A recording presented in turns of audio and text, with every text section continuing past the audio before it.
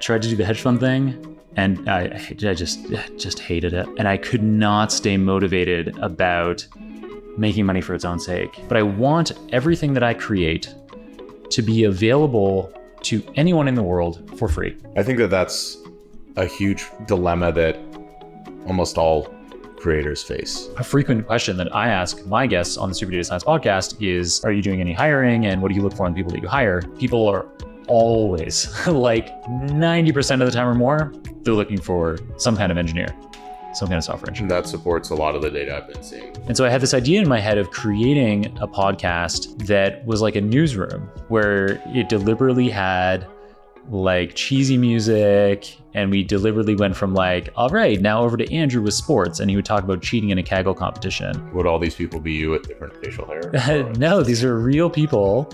These are real data scientists. And it jumped in a very short period of time to the top decile of podcasts worldwide.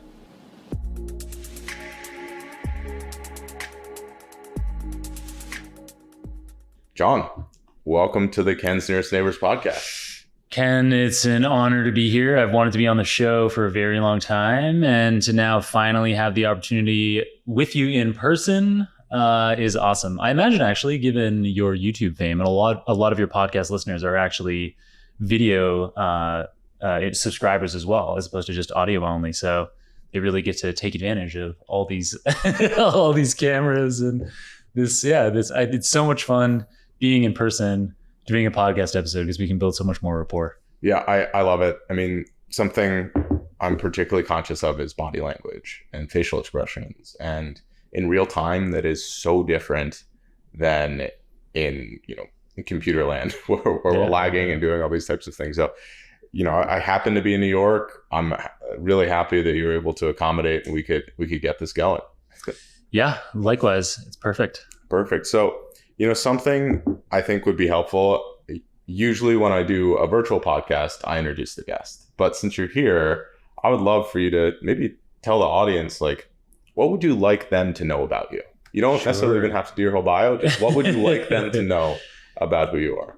Nice. Yeah. So I'm probably most widely known for hosting the Super Data Science podcast, which is the context in which I guess we met. I don't actually exactly remember how we know each other now, but you were a guest on the Super Data Science podcast. I don't have when I'm actually hosting the podcast, I have a laptop in front of me with a spreadsheet of all the episode numbers and stuff. So I'm always throwing off Ken G, an episode.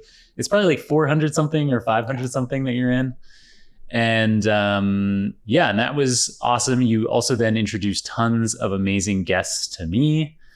So Tina Huang, Luke Bruce, Shashank Kalanithi. There's been tons of amazing people because, you have this incredible data science YouTube community. And I was leveraging that for a lot of my guests a couple of years ago. So Super Data Science Podcast. I think we're the most listened to podcast in the data science industry as far as we can tell. So we're doing 4 million downloads a year now. It's a very different kind of format from your show. So you get really big into biographical stuff with guests. I try to keep that to a minimum. So on my show, I try to have, wherever biographical context is useful to the guest, they should go ahead and describe that.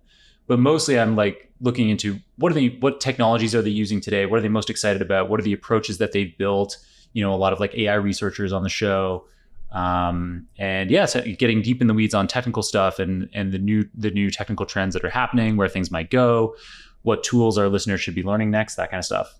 So Super Data Science Podcast, that's a big thing. I do have, relative to you, a small YouTube channel, but if people are interested, very educational though. I love watching more of that technical concepts on your channel. It's been quite eye-opening. Yeah, it's definitely, so it's typically the episodes that I post, or the videos that I post are on math for machine learning. So there's hours of linear algebra for machine learning, hours of calculus for machine learning, and it follows an arc so that you get a holistic view of everything you need to know to understand the fundamental linear algebra and calculus of machine learning. And then I started publishing on there probability for machine learning, and then that will lead to statistics for machine learning. There's also computer science stuff like data structures and algorithms optimization. And so that stuff is going to come on the YouTube channel soon. Some of my YouTube subscribers are complaining at how long it's taking, but I've been caught up in a lot of stuff in the last year. So I was releasing those on a weekly cycle, and I hope to get back to that soon. In the meantime, I'm trying to keep people happy with I released a 2.5 hour hands-on introduction to large language models. So how you can be using proprietary and open source large language models, hands-on, and that's proved to be one of my most popular videos ever in terms of how it's done so far.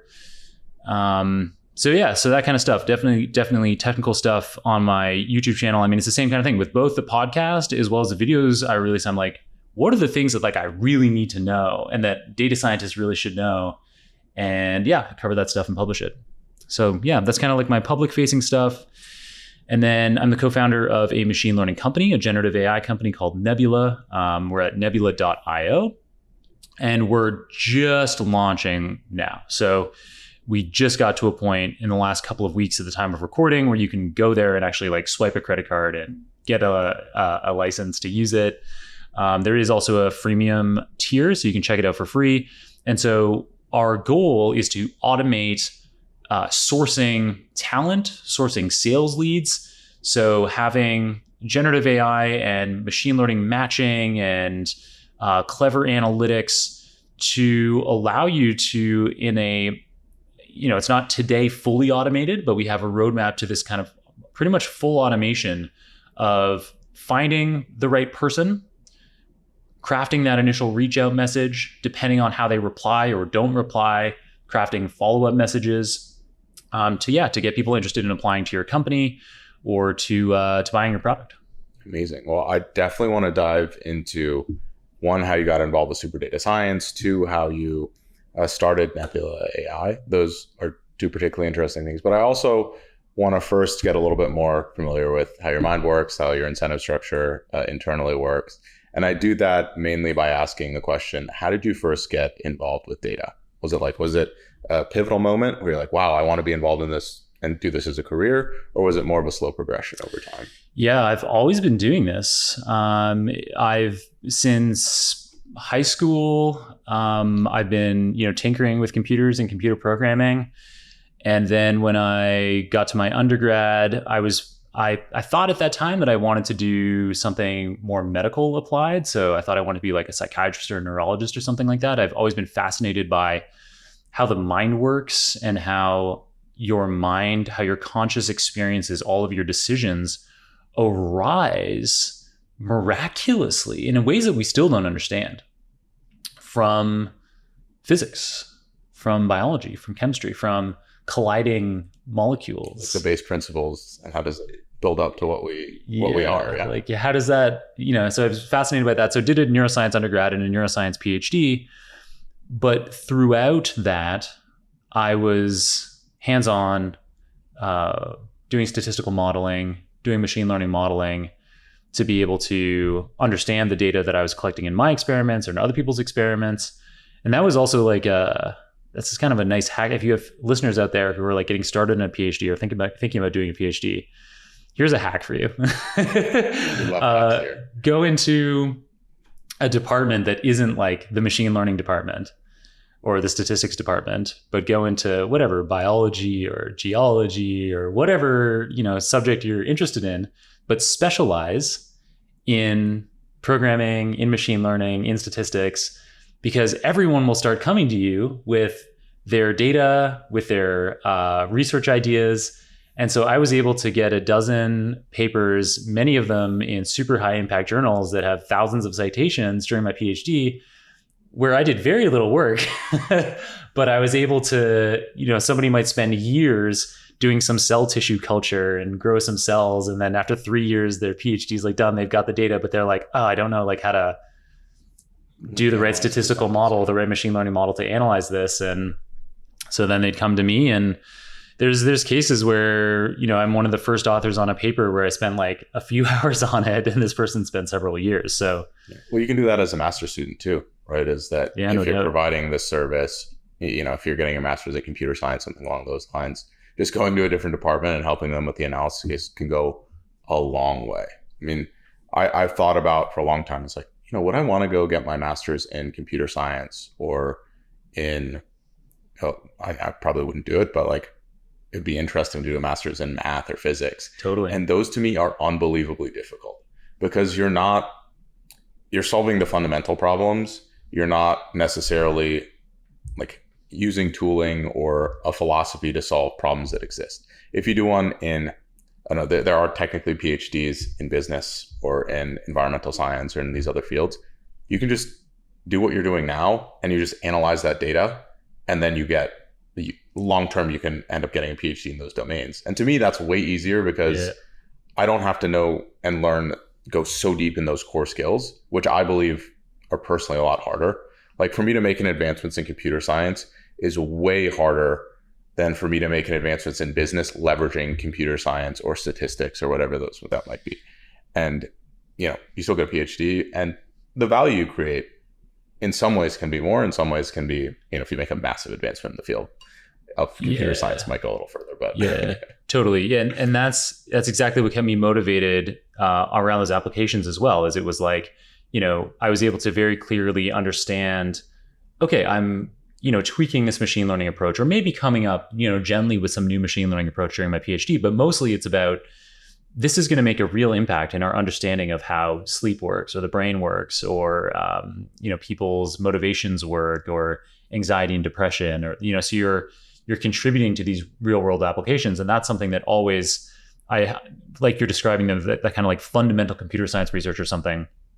I've never been drawn to that. I'm kind of like, I'm jealous of the people who like can like really get into that, because as you say, like that's what leads to like, transformer architecture, or in some ways deep learning, although like even deep learning and kind of that originates from trying to loosely simulate the way that biological brain cells work. This episode of Ken's Nearest Neighbors is brought to you by Z by HP, HP's high compute workstation grade line of products and solutions. Z is specifically made for high-performance data science solutions, and I personally use the ZBook Studio and the Z8 workstation. I really love that the Z workstations can come standard with Linux or WSL2, and they can be configured with the Data Science Software Stack Manager. With the Software Stack Manager, you can get right to the work of doing data science on day one without the overhead of having to completely reconfigure your new machine. Now back to our show. Which also another thing. I mean, I guess I can kind of get into this linearly. I was just about to start talking about my book, Deep Learning Illustrated. But so after doing the neuroscience PhD, I was working on a startup during my PhD, and it was directly related to my PhD research. It was applying machine learning algorithms to be able to use existing data that pharmaceutical companies would have collected, but identifying new relationships in it. So being able to take data that they already have and be able to suggest to them, hey, this molecule looks like an interesting candidate for a new drug based on these kind of like these causal models that we were doing. It was really cool stuff where if you have genetic information, there's no way that we know of that genetic information could be systematically changed by your environment or by your experiences. They're fixed over your lifetime. And I mean, you get random mutations over your lifetime, which can lead to like cancers and stuff, but there's no like systematic changes to your genetics that are caused by, whatever experiences you have over your lifetime. So if you have that genetic information, you can use it as the starting point in a causal chain of events, because you can say, okay, well, this, genetic variant that's different between mice or different between humans, it must cause this change in molecular levels, in cholesterol levels, and that must relate. So you could say you find a gene that's related to cholesterol levels and related to somebody being obese. You can use that genetic information with something called conditional probabilities to be able to infer whether the high cholesterol levels are causing the obesity or the obesity is causing the high cholesterol levels. So basically that was the kind of thing. That was the idea for this first startup. And that company still exists. It's called Pharmatics. It's based in Edinburgh, Scotland. And I thought that was, I was really fascinated by that. But as I was in New York looking for funding for that, through friends of mine, I met people that were starting a quant hedge fund. So they were doing sub-second trading. And I kind of had this idea that well, this would be like a shortcut to like wealth. And I was like, like, you know, this grind of getting the startup off the ground, like this seems like just bang, I'm going to be, you know, skyrocketed, you know, into some, I don't know. And I had this idea that like money would actually make me happy. And I guess that kind of comes from, you know, the academic background of seeing so many people work so hard in academia. And in the US, it's a bit different than the rest of the world, where you can actually do quite well financially, academically in the US, but in the rest of the world, it's quite a grind. So yeah, tried to do the hedge fund thing, and I just hated it. I couldn't stay. I did it for 2 years, and I could not stay motivated about making money for its own sake. About a year in, I met someone and briefly dated someone. I was living in Singapore, and she was like, "What are you doing with your life? Like, why? You know, you did this PhD in, you know, applying machine learning to medical sciences. You could be making such a big positive impact, and you're scraping pennies in front of a bulldozer every day." Like, and I really liked her for that. I was like, yeah, that's real really attractive. Yeah. I was like, you know, the girls who were like into what I was doing as a trader, I was like kind of suspicious of. I was like, if you're into me, you're probably not a very good person. I'll tell you. It's interesting. I had a conversation with one of my high school friends recently. He was talking about, you know, going to some bachelor parties and whatever it might be.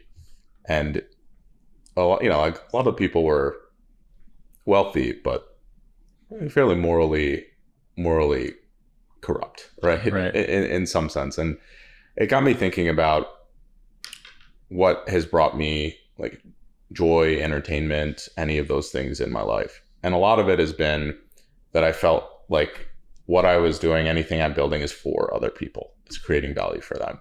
And I find that when we're solely in pursuit of, for example, money, that only benefits us, and we get bored of it really quick. So when we get bored of it really quick, we start doing things that are just focused on like exciting our nervous system, doing things that involve high risk, doing things that are like morally or ethically questionable because we like have nothing to do. We want to feel something. And it's weird that, you know, I don't think I'm like unbelievably altruistic, but I would like to think that all the things that I put out there are for other people to learn, understand the world differently, whatever it might be.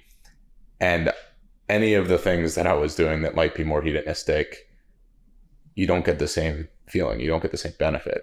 On the flip side, the hedonistic things, you get immediate gratification in return.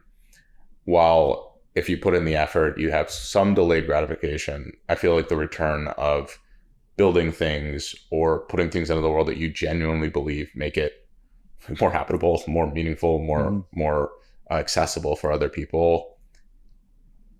The upside to me is tremendous, but most people don't get to the other side of that because they're just like, oh, I'm going to keep running on this hedonistic treadmill. And it just doesn't pan out. And it's, you know, it's fortunate that I think probably both of us, when we've been in situations where it's like there's a trade-off, you sort of know in the back of your mind, you're like, this isn't it. Right? Like there's something more, like why are we pursuing this? And totally. Yeah, I exactly learned that lesson in that time. And those 2 years were definitely a hedonistic time. Do you know about like type 1 fun, type 2 fun? Do you ever? No, I haven't. Okay. So I don't know. This isn't like a scientific thing, I don't think, but it's just it's a fun way to categorize fun that I've been using with friends for a long time. And I certainly didn't come up with it. And I think if you like Google it, it exists out there, but I haven't actually tried to do that. So type 1 fun is the kind of what you described as like immediately rewarding hedonistic stuff. So that's, you know, like having a drink is, you know, very simply that way, like, you know, getting that rush of closing a deal potentially or whatever, you know, at the time that I was trading, it was like, you know, making that successful trade, you get that like dopamine hit right away. That's like type 1 fun. Type 2 fun is something that while you're doing it, it's a grind and it isn't really fun at all.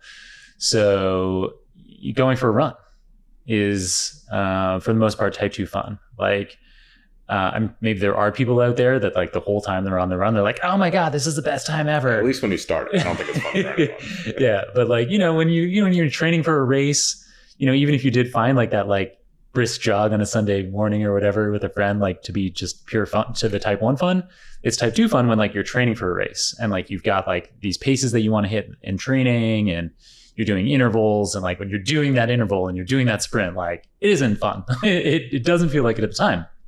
But when you finish that training run, and then there's this feeling of satisfaction, that's type 2 fun, and that can build. You can have the type 2 fun can build in a way. So the training for a race is a good example where like each run that you do preparing for the race, you get that feeling of satisfaction along the way. But then obviously actually completing the race at the end is even more so. So with what you do, for example, creating a YouTube video, there's so much work that you have to do in the back end that most of that time, I'm sure there's points where you kind of get into flow and you're like, wow, this is really awesome. But a lot of that time creating the video, you're like, people like you who have really successful YouTube channels, you're creating on a schedule.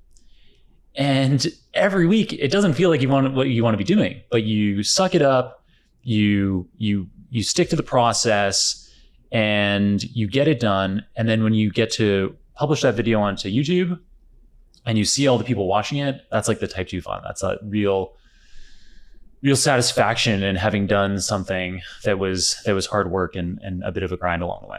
So it seems like what you're saying, and rephrasing a little bit, type 1 fun, you essentially get diminishing returns. Totally. So 1 drink is probably a little bit of fun, 2 drinks is a little bit more fun, 3 drinks, and maybe it's like negative returns towards the end of a cycle or whatever it might be, or over a lifetime or whatever it might be. Yeah, and also because you get you get used to, like, if obviously if you have a beer every day or you have a coffee every day, you don't feel it. You don't feel it as much. And so then you need to keep piling on more and more and more and more. It's about, getting that type 1 fun requires, just like, that initial dopamine hit that you get from whatever. You have to do more. Yeah, you have to do more. Scrolling your social media feed, that's my advice right now. It's like, TikTok. I have like a TikTok account that my social media team manages and publishes on, but like I'm not on there, but by all accounts, TikTok is extremely addictive. And, they've figured out how to get you that type 1 dopamine hit right off the bat. But as you keep scrolling, to keep watching more and more and more and more, to try to get that same level of satisfaction, it gets harder and harder and harder. And type 2 fun, on the other hand, you get compounding returns, which is even better than linear returns. It's like, the more time I invest in this, and I think this is particularly important in relationships with people, is that if all your relationships are transactional, essentially you're not going to have any friends that you can depend on in the long term. But if all of your relationships are more of that type 2 variety, you're giving time and effort and you're cultivating those things, and they bear unbelievable fruit. You make lifelong friends, you have companionship, you have all these types of things. And I think that the 2 types of fun translates to so many different areas of our life. And I think a lot, maybe because we're both podcast hosts, but relationships with people, trying to understand the dynamics of those. It's like, how do I be a good friend? How do I be someone that's part of people's lives? Like, what do I do? But also, what are the factors that are involved in that? Like, who do I want to be friends with? Why do I want to be friends with them in that way? Like, what value do we create for each other? And a while ago, are you familiar with Jeff Lee? He's been on the podcast a couple times. I don't think I am. I'm staying with him right now. Oh, yeah. I'm going to refer him. Like, he's one of my favorite interviews. Great philosophy on the world. Wow. But we're talking a lot. It's like, well, what type of friends do we have? And this probably already exists, but I would like to think it's something that came out of our brains. But, you have a couple different types of interactions in your life. And it's like, what are the types of people you want to continue to invest in their relationships? Whereas, sometimes as we grow and develop, it's like, okay to not stay friends with people, right? It's a lot about like being introspective and saying, making choices of, I want to hang out with these people. I don't not want to hang out with these people, but I'm not necessarily going to invest the time to cultivate those relationships. But we determined there's basically 3 types of friends. So one is through proximity, right? You're in college, you're in the same dorm room with people, you're going to be friends. Yep. Probably not a lasting relationship. That's also like from dating studies, the number one predictor of how you end up with somebody is proximity. Yeah. Totally. The second type is parallel interest. So if you are near them and you also have similar interests, you're probably going to spend more time with them. And those can be lasting friendships. Like, oh, we go surfing every weekend together. We're going to do other stuff together too. But the most impactful and the type of people that I generally want to spend the most time around is where you have the same value set. And so if you share the same value set, you'll very likely have similar interests. You might not live anywhere in proximity, but technology can take care of that. And value expands to so many other different things. If you are aligned in that, I think that you can find other things that are overlap and you can make meaningful relationships with. And it's kind of like, well, if we're both on a boat and we're heading in the same direction, we might as well pool resources and do it together. If we're heading in opposite directions, probably not going to work. Yeah. Like value disalignment is the best thing to essentially determine, oh, I don't want to spend more time with these people. Yeah, I think, everything you're describing there definitely also relates to like romantic relationships and maybe even people that you want to be working with. Sure. But interesting to hear that friendship discussion in the context of type 1 and type 2 fun. I'd never really kind of thought about that before as like, but yeah, certainly there's probably friendships that you could kind of group into those 2 categories where it's like, kind of the frat situation there where you're like buddies versus your college friends where it's like, all right, like, how much can we drink and that kind of stuff together is like, I don't know, as we get older, there's probably a lot less of that. But yeah, really interesting there. So how did we end up here? We were talking about type 1, type 2 fun. We're talking about sort of your PhD work. And then I'd love to the trading segue a bit into like post-trading. So first, what came first, super data science or your current work? Yeah. So when I was in Singapore, so I was in 12 months in Singapore with this hedge fund. So they're based in New York. But after a few months in New York, they said, you can go to Singapore and have your own portfolio to trade. Whereas in New York, initially after the PhD, it was more like an analyst supporting a trader. And so after the 12 months in Singapore, they said you could come back to the US and be trading like what are called daytime hours that are more voluminous. And so I came back to New York to do that. And, I wasn't sure whether my dissatisfaction with the job was just Singapore or whether it was the job until I moved back to New York. Because, in Singapore also, I was like isolated. It's very hot and humid all the time. And like, it's like paradise. So coming back to New York, I had this experience of a yoga class. So I'd gotten into yoga a little bit in Singapore where there was an amazing mixed martial arts gym next to our where our office was in Raffles Place in kind of downtown Singapore for people aware of it. And I was really sore from the MMA classes all week long. And I noticed that they had a yoga class on the schedule on Saturdays. And so I was like, stretching, that seems like a good idea. And I liked it and it did help a bit. I remember like a real like euphoria of serious type 2 fun of like, the struggle, after years of not stretching to be doing that methodically is this serious euphoria afterward, the serious type 2 fun feeling. And so when I came back to New York, joined a gym chain, and for the first time had a yoga instructor that I thought was incredible, where during the flows in the class, like the whole experience, the lighting and the music, where it allowed me to become present with my experience for the first time that I could remember, where for fleeting seconds on that yoga mat, I remember like one of the very first times I was doing this like sun salutation in yoga where I'm like on a mat with my hands in front of my face and just kind of like passive and being like, whoa, my hands and the mat, they're here, I'm here. As opposed to just this constant chasing of like, gotta make this trade, like gotta go hang out, like I was just always chasing thoughts. And so, this brief fleeting moment of being present, I was like, wow, that was really cool. And I feel really at ease. And so I started going to this yoga teacher's class all the time. And through that, it allowed me to really start to see kind of third person in kind of a way, which people who meditate all the time will understand, my emotional state and how trading made me feel. And I was able to realize that, like, wow, this is really not the career for me. I don't enjoy doing this. And so I initially quit. When I initially quit, my initial intention was to finally go back to Canada and do med school. So I'm Canadian originally. And it was like, I'm finally going to go back to Canada and do med school. I never intended on doing the neuroscience PhD. That just kind of like happened. Like I got a PhD scholarship to Oxford. I was like, I got to do that.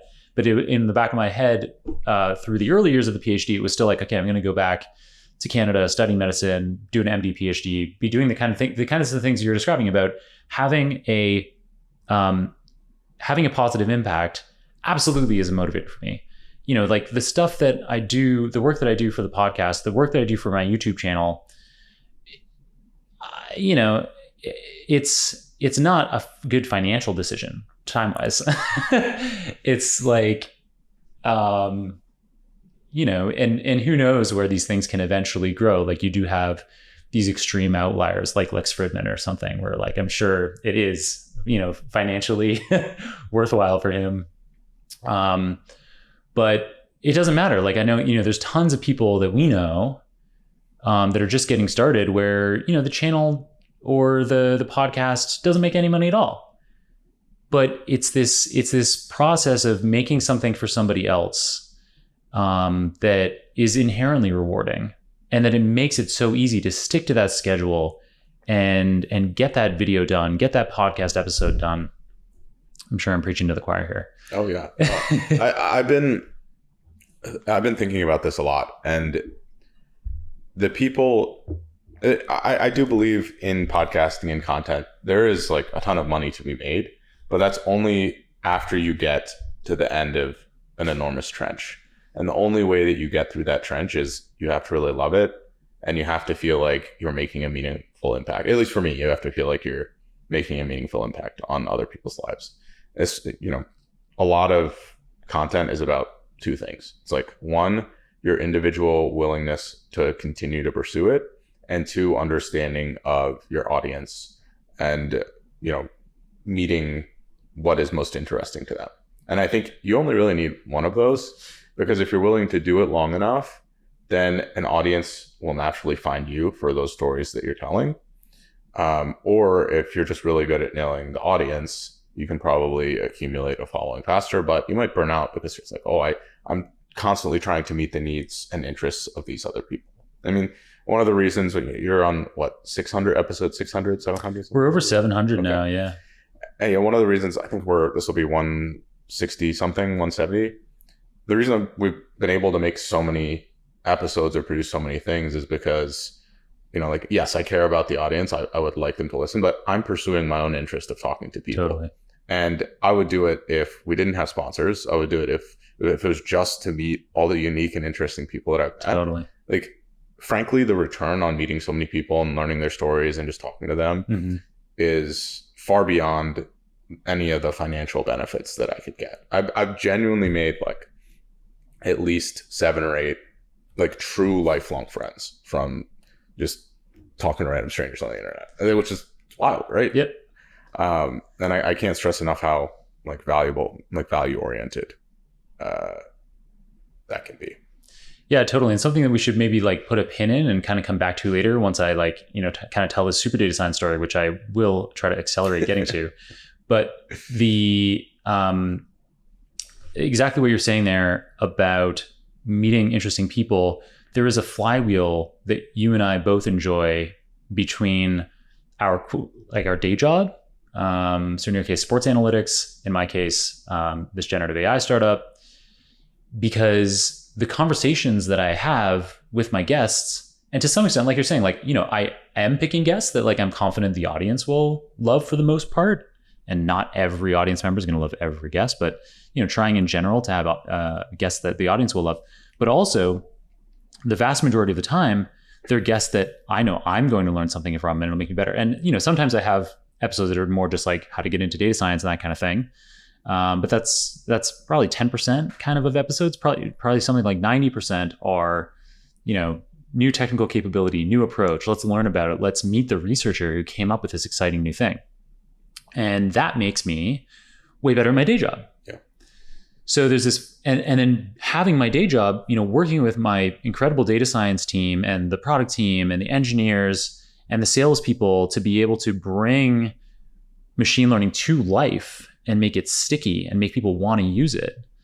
That makes me better as a podcast host. I'm sure. Yeah. Because if I was just the podcast host and I didn't have that kind of real world exposure, I think I wouldn't be able to go as deep on some things, or be as relatable on some things. And maybe this is something that I'm sure you have an opinion about this, but the flip side of that is that life is I don't have nearly as much personal time as I would like making both of being able to do both of these kinds of parallel lives that complement each other and absolutely feed off each other in this flywheel effect. It's awesome, but it also, the kind of the flip side of it is, just time with family, time with the close friends that I develop. There's this, my default kind of text response is I would love to, but I can't. No, I mean, that's something over the last year, I've felt so much more that, man, I have so many cool things that I'm doing right now, but I can't do them all and have friends and have a girlfriend and have, health and to fit all those in a pot that's boiling over.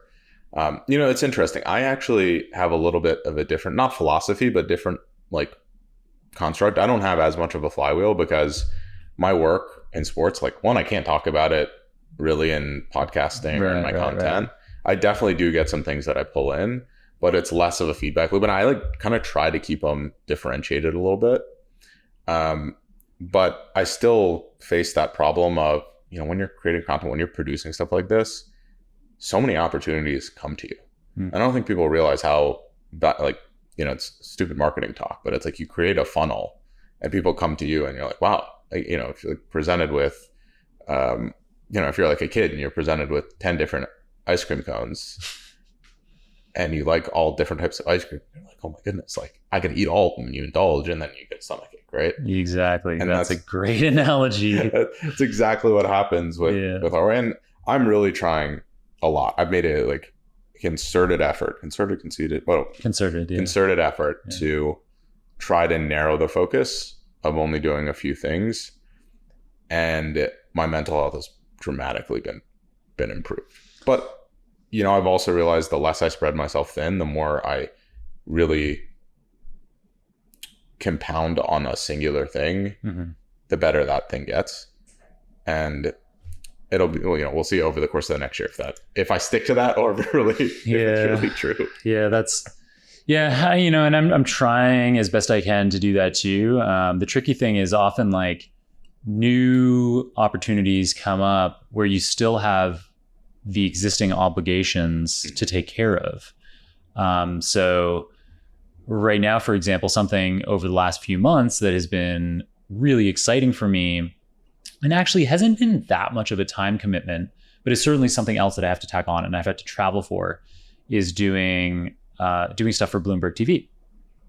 And it's so awesome. We were talking, you and I were talking before we started recording, in terms of, the number of people involved in the set and in post-production and the amount of money involved in producing these and the amount of footage created to get it down to what ends up being, it's everything's an order of magnitude more than anything I've ever done before.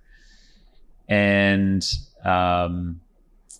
so it's this really, really cool experience, but I still have all the other existing obligations. So it's these kinds of these things keep happening.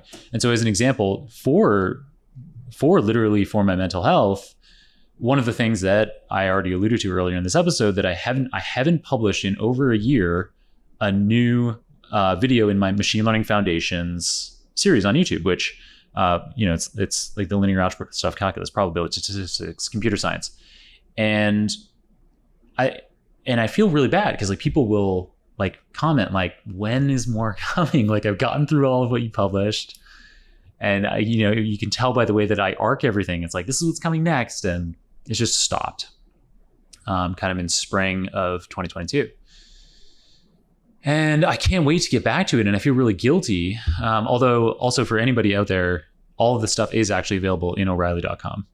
So like they, before I even started making the YouTube stuff, Pearson, who's the educational publisher that worked with me on getting that stuff into O'Reilly, they paid me to go into a studio and record all of it.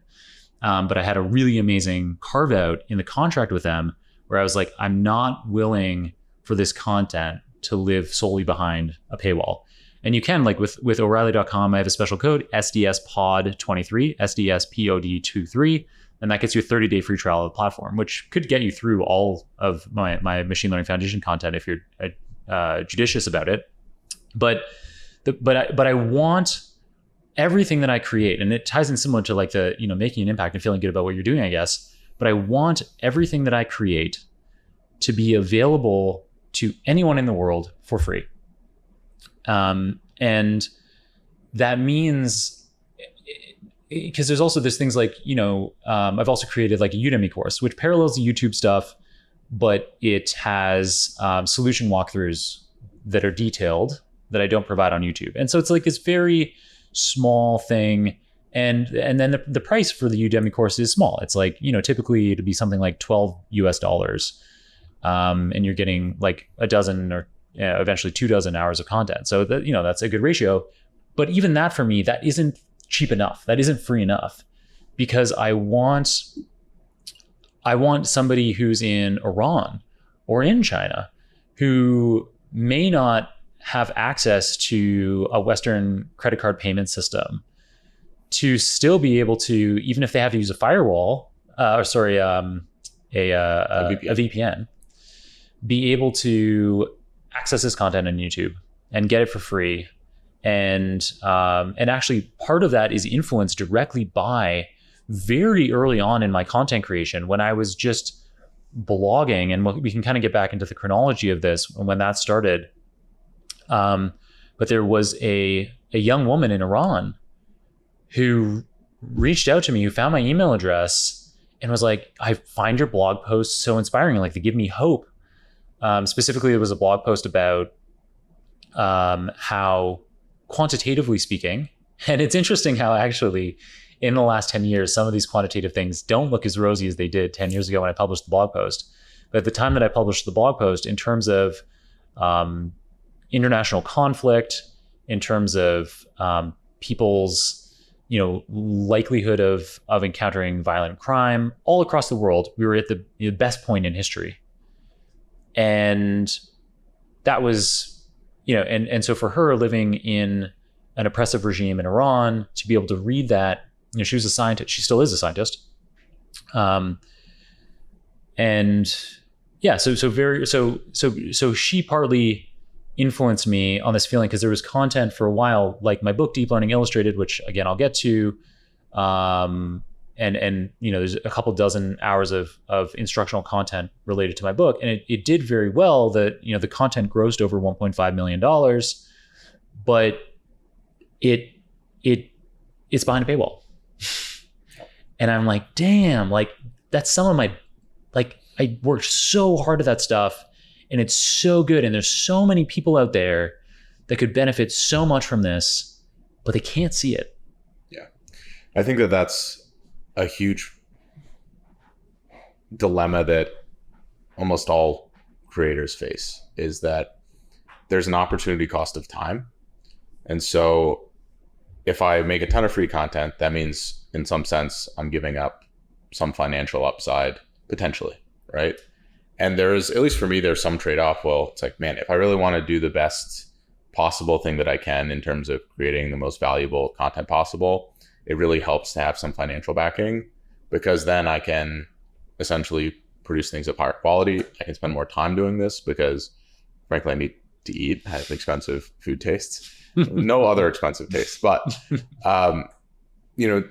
I've, with all of my courses that I've produced, yes, they're paid, but I release everything on Kaggle and GitHub the framework of the course, where we sourced all the information from, where it's like, okay, I don't have to put as much time into necessarily teaching everything for free.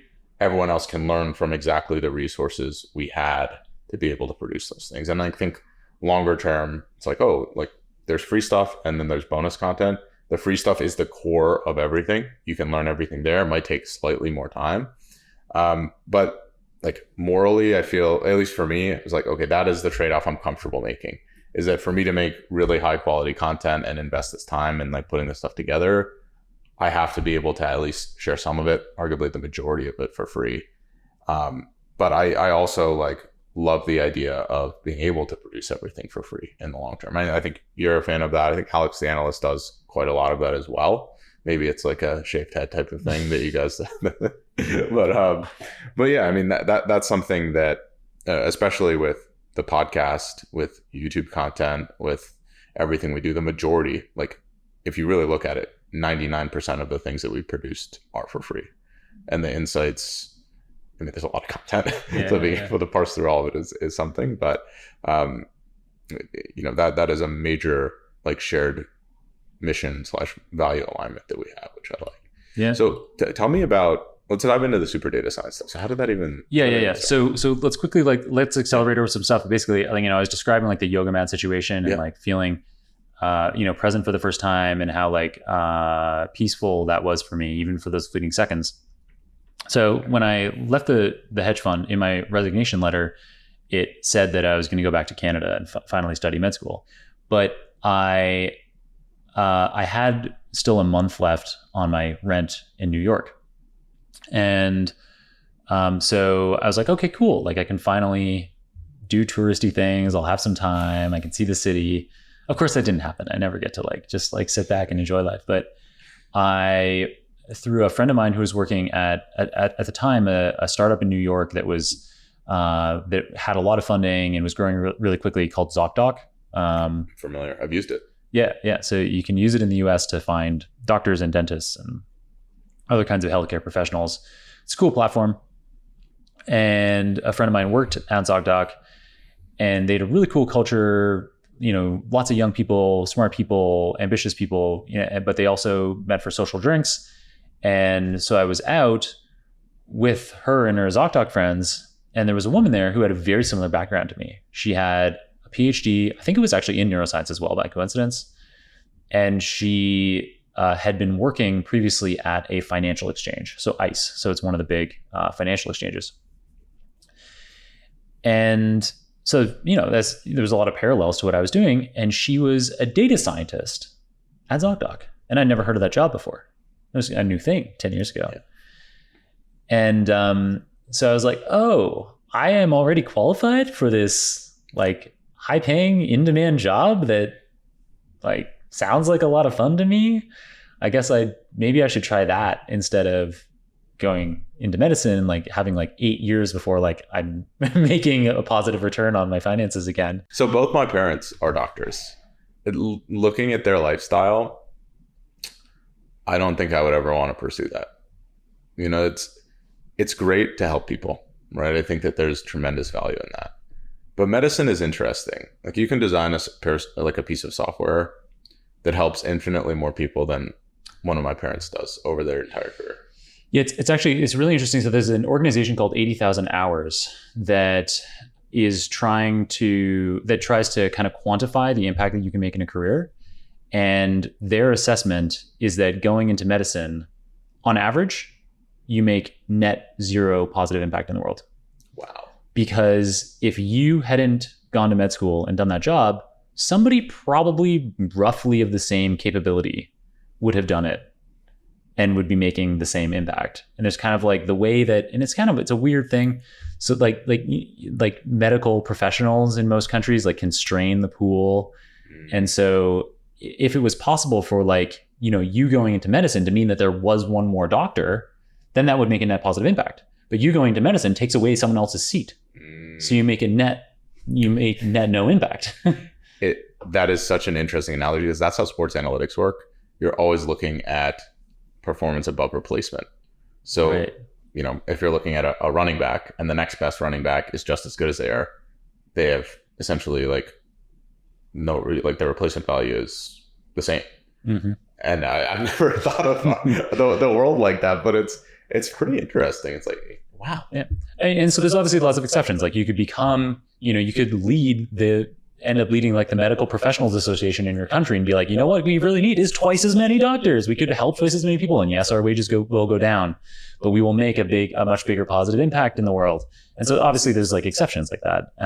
And there will be, if you become a medical researcher and you come up with a vaccine, or like there's lots of exceptions. But if you're talking about the kind of the frontline medical worker, on average, kind of by definition, you are net adding no positive impact. Asian parents are going to be pissed about this podcast. So anyway, so I was convinced that, there were probably things about medicine that were different from what I was envisioning.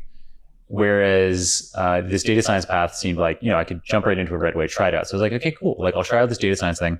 So I started applying to data science jobs, and also simultaneously got my yoga teaching certification. So a 200-hour yoga teaching certification, and started like teaching yoga, which I could only do, I'm a Canadian living in New York. I can't get a visa to be a yoga teacher.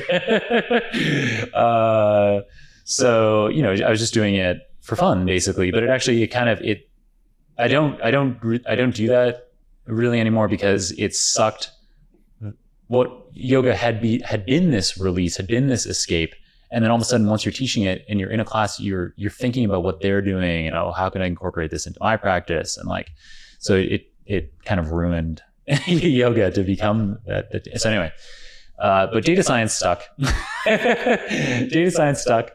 And so, I worked in a big corporate for a while as a data scientist for about a year, absolutely loved it, but then met Ed Donner, who at the time had just left JP Morgan. He'd been there for like 20 years. He was a managing director there, and he'd taken a sabbatical from JP Morgan to create a startup called Untapped. And Untapped was there to revolutionize human resources and kind of automate human resources. And I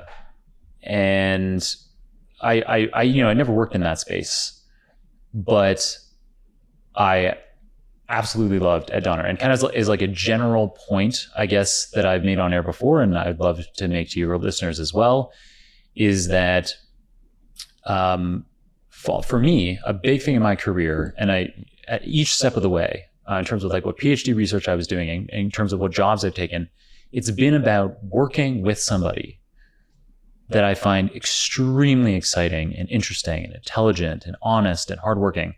And Ed is unbelievably off the charts in all of those things.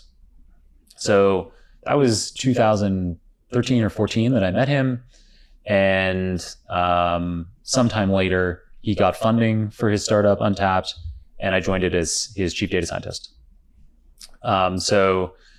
Worked at Untapped for years as their chief data scientist. In 2020, we were acquired by a recruitment services company. So they do business as GQR, amazing company full of extremely hardworking people. Like there's tons of people there, or tons, there's dozens of people at GQR that are in their 20s, just a couple years out of college, that bring in 7-figure revenue as recruiters. So these are like, they're very slick, very hardworking, very intelligent people. And so it's amazing to partner with them. And now the CEO of GQR, Ed, who I mentioned, who was the CEO of Untapped, and myself, we've co-founded this new company, Nebula. And because of that personnel continuity, there's also an intellectual property continuity. So at Nebula, we can take advantage of the best stuff that I was doing at Untapped, and many of the best people. A lot of the people from Untapped days are still around now in Nebula. And it allows us, it's allowed us to hit the ground running with a product now that has patented innovations in it, AI innovations. We think is going to be really exciting. Like, it's interesting. Like even today, the tool is incredible. So you can, as an example, when you are looking to make a hire or you're looking to find a sales lead, let's go with the hire example because it's something that we fleshed out more. When you're looking to hire somebody, you probably instantly have an idea in your mind of like what the job title would be and some of the key skills. So you can go to our platform and then put those couple of small pieces of information in, and we'll create a full fleshed out like page and a half job description for you. And then we'll use that job description to instantly search over everyone in the US and rank everyone in the US like a Google search for that job description that you just created. And you're doing that from LinkedIn or from just... So we have lots of data sources, but professional networks like LinkedIn are obviously an important data source. People keep their information particularly up to date in that kind of environment.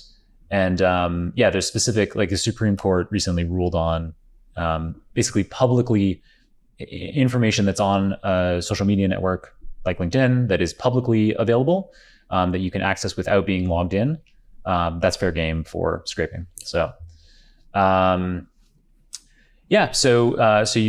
we instantly, using some really cool machine learning in the back end that understands natural language. I mean, machines don't understand in the way that a human understands, but it's not a keyword-based search. It's taking into account the meaning of the words that you're putting in and considering them holistically in context. So you create this job description in seconds using generative AI, and then you search instantly over this public database. And we will add other countries. Right now, it's for getting to market as quickly as possible. It's US only, but we will add other countries soon.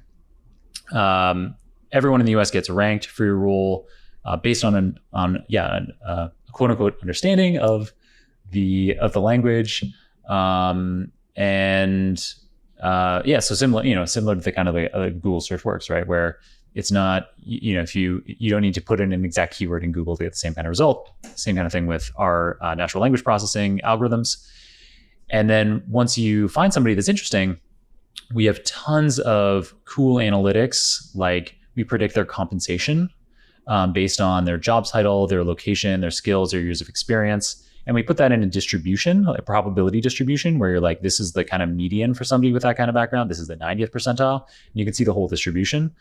And then you can also see that kind of across your searches. So you could compare, if I do this as a nationwide search for a remote role, or I constrain specifically to New York, or I constrain specifically to Kansas, how does that change my compensation distribution of what I would need to typically be paying for this role? And tons of other kinds of analytics like that are really slick. And this is something that we're just starting getting going on right now. So right now we just have it for the initial reach out message, but using proprietary generative AI to craft your messages to them. So right now the initial outreach message can be crafted automatically in the platform, but we're moving towards a point where every message, and whether the person replies or doesn't reply, that leads to the generative AI algorithm figuring out, what's the best approach? Like, have we waited the right amount of time to send another message to try to like nurture this person? And what's an appropriate message that takes into account the specific job that we're filling and their specific background? So making everything very personal to the recipient of these messages with very low effort for the person doing the sourcing of this talent. So the person doing the talent sourcing, we will have this flow in the not too distant future where you kind of approve and edit, where you're like, okay, this person does look great. Let's reach out to them. Okay, that's a great opening message. Let me just change like this one sentence here or there, or let's just send it out as is. And then when they reply, the same kind of things. So you're just kind of, you're automating as much as possible. You're still human in the loop, but you're automating as much as possible of that kind of talent sourcing or also, sales lead sourcing experience. I mean, so it seems like you're creating infrastructure around the pipeline for recruiting any new talent. Is this all in like across industry, across industries? Oh, yeah. Wow. Yeah. It works equally well across, any industry. And so, some industries like data science, you expect to go through the recruitment process by email, but other industries like nursing or hospitality, it's more SMS, text.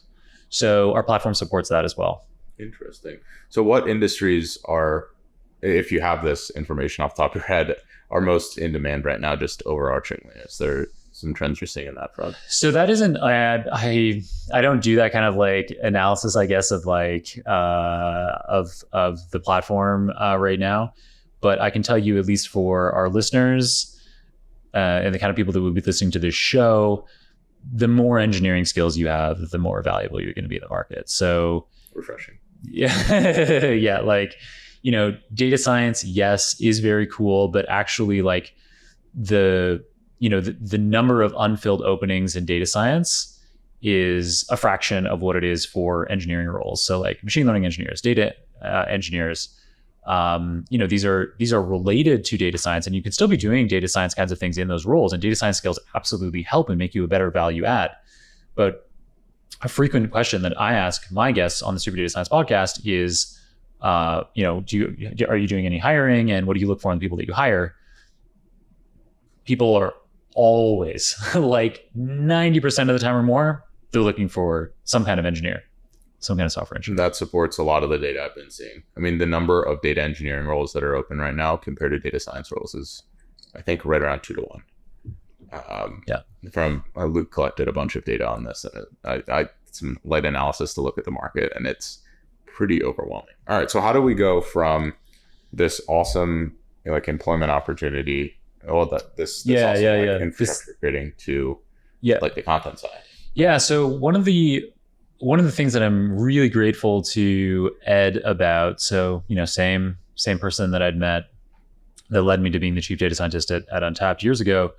So him and I have been working together for almost a decade now, and I genuinely hope to be working with him till I die, because it's incredible. And one of the things that I'm really grateful for is he supported me on creating content. So I had, even in the corporate job before Untapped, like I'd been doing the blog posts kinds of things like we talked about, and that's where the Iranian woman who reached out, like that was related to stuff I was doing back in the corporate job. But at Untapped, I started doing more. And so it was specifically, I got started with a deep learning study group. So I stood up at a popular data science meetup in New York, and I said, if anybody would like to be learning deep learning with me, like I've been meaning to do it for years, and I know that if I had a group of people that was holding me accountable, I would be actually getting it done and reading deep learning textbook chapters and watching Stanford University lectures on deep learning. And so through that, I had this initial seed of about a dozen people. Eventually, the email list, over a few weeks, the email list grew to 200 people. And it was kind of invite only. Like I didn't want it to be like a meetup where everyone could come. It was a unique structure where the assumption, if you were going to come to one of our meetings, which initially were like about every 2 weeks and then kind of became monthly, was that you would do the work. You would kind of have a fundamental understanding of where we'd gotten to up until that point. But we would together as a group decide at the end of any given meeting what we were going to study next. So is it the next chapter of the textbook, or is it this Stanford NLP course? And we kind of, okay, we'll all agree this is exactly what we're going to do. And yeah, that accountability was awesome. So I met a lot of really cool people through that, obviously learned a lot about deep learning. And because I knew that I was hosting this thing, so we would host it at Untapped offices. Ed was often there. Other data scientists from our Untapped team were there. And so it was this cool culture of, we bought a bunch of chairs, we'd order some pizzas in, get some beers in, and then whiteboard. And it got to a point where we started to have them on Saturdays because we had so much to cover. These would be like 4-hour-long sessions. And it evolved from us, initially just kind of like learning the basics of deep learning to being like, hey, like, how are you applying it in production today? What problems are you running into? And how can we like kind of solve those problems together? It's a really cool atmosphere. And it was through hosting these sessions, that I developed this capability as like a deep learning. Like I was like, hi, I have a lot to say about deep learning. And at that time, this was like 2016, people were just starting to kind of, the kind of tooling like Keras was starting to make it easier for people to learn, to apply deep learning. And so the first kind of popular video tutorials were just starting to come out. And so I put together this big introduction to deep learning that took about 90 minutes. And I started offering it at meetups around New York. And eventually that meetup, the New York Open Statistical Programming meetup, which is probably the biggest kind of machine learning or data science meetup in New York, which was the initial one that I stood up in to see this group. I was able to come back to them like a year later and be like, hey, like I put together this thing. I've been doing it at smaller meetups around town. And so they invited me to do this intro to deep learning talk. And it was the first deep learning talk they'd ever had, which shows you how different things were back then. Because now it's like every talk is a deep learning talk. That works. And it was, I was nobody, but it was packed. They had an overflow room with a projector. It was a big space, but there were people lining the walls or people in like the kitchen area. It was a surreal experience for me. And one of the people in the audience there was an acquisitions editor for Pearson. And so that's what led to like my book, Deep Learning Illustrated. Yeah. And so meeting Deborah Williams, this acquisitions editor at Pearson, it's one of those moments in life, and I'm sure you've had these too, where it's that order of magnitude increase in opportunity. It's this person who 10x's things for you. And that relates to, I kind of use that 10x already, like with the Bloomberg example now, with that happening, like it's kind of like, it's more mainstream and it kind of 10x's again. And so those 10x things, you can't control when those opportunities are going to come up, but by working hard, by sticking to a process, by continuing to say create content, or continuing to become more expert at data science or whatever you do, these opportunities just from time to time come up. The 10 ice cream cones. Well, it's funny that you mentioned that. It seems like both or the majority of the 10x experiences you've had, but also that I've had, come from people, and I feel like very few people have a massive disproportionate amount of impact on your overall success or your career trajectory. And that's one reason why I love meeting people. I love talking to people. I love building relationships with people, because yes, I can do great work, but generally it is other people that help facilitate those opportunities for you. And then one day you can be the person that facilitates the opportunities the other direction. And I find that is like a very beautiful overarching concept. Yep. You said it perfectly there. I don't know. I'm I guess like relationship motivated or people motivated. Like I want, like, both with the content that I create or the platform that we created, Nebula, or just the people that I work with, I'm always wanting to, I always want them to be really delighted by what I've been able to contribute to what we're doing. So yeah, that's kind of what, I guess that's kind of like my main motivator. It turns out, I don't know if I've ever really thought about it that way, but I guess that's the case. So the after I got all the deep learning content out and did a lot of instruction on that, I guess lecture still today at Columbia University on deep learning. I was the deep learning instructor at the New York City Data Science Academy for a couple of years, and done tons of deep learning trainings in the O'Reilly platform live online. And yeah, so kind of after doing that for a while, I had this idea in my head. There was a podcast years ago that I loved called Partially Derivative.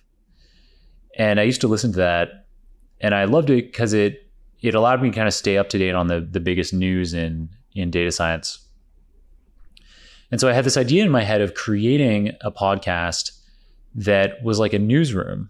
So where it deliberately had like cheesy music, and we deliberately went from like, all right, now over to Andrew with sports, and he would talk about cheating in a Kaggle competition, or now over to Vince with the weather, and Vince would talk about how machine learning is being used to tackle climate change. And would all these people be you with different facial hair? No, these are real people. These are real data scientists. In fact, in real time at this time of recording, Ken and I were just, this interview's been going on longer than we anticipated. So I just had to pop into a stand-up where all of those people are actually in that meeting. So there were 4 of us in this kind of newsroom style thing. The show was called A4N, the Artificial Neural Network News Network. And we did 1 episode live in person in February 2020. And then the pandemic hit. So for episode 2, Ben Taylor was going to be on the show. He was going to be like a guest in this like newsroom. And it was so much fun. We had a lot of laughs, and you can still get the episodes. So you can look up Artificial Neural Network News Network, and I'll link them. There's like 5 episodes, and it's crazy for me. There were only 5 episodes, and it jumped in a very short period of time to the top decile of podcasts worldwide, which is crazy. This newsroom concept, once we went remote, it didn't allow it to kind of be exactly what I wanted, but we still did a few episodes. Ben Taylor still did come on. So he's in episode 2. And then episode 4, I think, roughly, was Kirill Eremenko, who is this juggernaut in data science. So Kirill Eremenko, he lives in Australia, and he worked at a big consulting firm and realized that he wanted to be making content kind of full time. I can't remember now actually off the top of my head the exact genesis of him getting going in this, but he was creating machine learning content and deep learning content in particular for Udemy around the same time that I was starting to create it for Pearson. But because he was creating it independently for Udemy, he was in control of all the intellectual property, and his courses have millions of unique students. Yeah. So machine learning A to Z, for example, that course alone has first data science course I ever took. Oh, really? Yeah. No way. That's crazy, man. Yeah, it was Kirill, and then I think it was a guy who like contracted at Facebook. I can't remember the guy's name. Oh yeah. Well, if it was Google, then it would have been Adnan de Pontev. Yeah, it was him. Yeah. Yeah. So Adnan and Kirill have created a ton of content together, and so I think the main thrust of what they were doing was creating these Udemy courses, but Kirill created this whole ecosystem of data science things around it as well. So he had the Data Science Go conference. He had Epic Media Creative, which was a production company that was helping produce the videos, helping produce the conference, and he created the Super Data Science podcast. And so now it's over 7 years ago that he did that. It's 2 episodes a week, which is how we're now up to 700 episodes. And he hosted that for 4 years. I was in I'm in the 300s as a guest on that show. And I asked him, I was like, hey man, like I've just started this artificial neural network podcast, A4N. Do you want to be a guest on the show? And he was like, I've only ever been a guest once before, but yeah, okay, I'll do it. And so me and Vince Pataccio, who I recently just rehired at Nebula as our director of data science, absolutely brilliant guy. Him and I interviewed Kirill, and we had a lot of fun with it. We did the pandemic had just started. And so we created a fake ad in the middle of it for a AI algorithm for finding toilet paper. And so it was this like app that would identify toilet paper nearby, just really silly thing. Because obviously at the time, people are going to try to download it. Yeah. Well, I hope not. Yeah, I think it was obviously really tongue in cheek. But Kirill kind of saw that like we could, we were, that I could host well, I guess, and then I could do sponsored bits even if they were really silly. So I don't know. He reached out to me 6 months later and was like, "Do you want to take over the Super Data Science podcast?" And I was blown away. Yeah. So that was another one of these 10x experiences. Like, the show has grown even more since I've been hosting the show, which is awesome. But it was already this enormous data science show. And the key thing that Kirill had, and one of the things that he's amazing at, there's tons of things that Kirill is amazing at, and I could go on about him forever. Just like I could go on about Ed forever. But he's really great at designing structures for a business, like business operations. Like he's really great at finding great people that are the best at what they do in the world. So like, our podcast manager, our operations manager, our video editor, we have all these our researcher, we have all these incredible people on the show that mean that all of these, and I can trust them completely. So even though, we're creating 2 episodes a week, it isn't a huge draw on my time, because I can trust all these other people to handle all the other parts that may create. Yeah, this amazing program. That's so cool. It's also so important. I mean, that's something I personally struggle with is, how do you find the right people? How do you invest time, resources, whatever it might be, in building that team? And I think that's probably why you were able to come in and take over hosting this podcast so easily, is that, everything is 100%. We just have to find someone who's talented in the right ways. And it's the same process. Once you've identified how to identify people, that is such a valuable skill in the long run. 100%. All right. So Jon, obviously the podcast has been a big part of your life more recently. Been having some incredible guests. Unfortunately, I made the cut, and I'll link our episode as well to this episode. But I'm interested in like what's next on the horizon. So you're working at Nebula, you have a podcast, you got a lot going on. You're doing the stuff with Bloomberg that you mentioned. What are your like kind of goals for the medium term? Yeah. So my goal for the medium term is to somehow, while carving out more space for family and friends, so while somehow doing that, I would like to, of course, be able to get back to creating the YouTube stuff on machine learning foundations, the math, the computer science foundations underlying being a great machine learning practitioner. I'm blown away at how much like my channel is accelerating in growth as more people kind of get into that series of videos.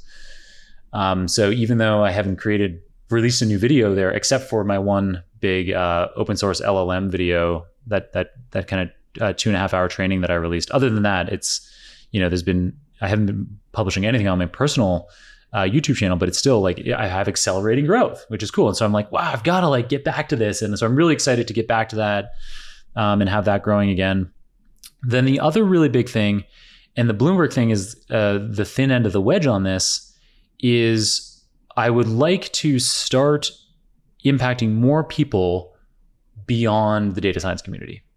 So yes, Super Data Science absolutely has listeners who are people working in venture capital or private equity, or they're in business and they want to understand, get in the weeds a bit on machine learning and AI advancements, as opposed to just more high level stuff. So for whatever reason, we do appeal to people beyond hands-on practitioners. But my primary market with the show is data scientists, machine learning engineers, AI researchers, these hands-on people. And that's obviously a very small percentage of the world. Yeah. Sliver.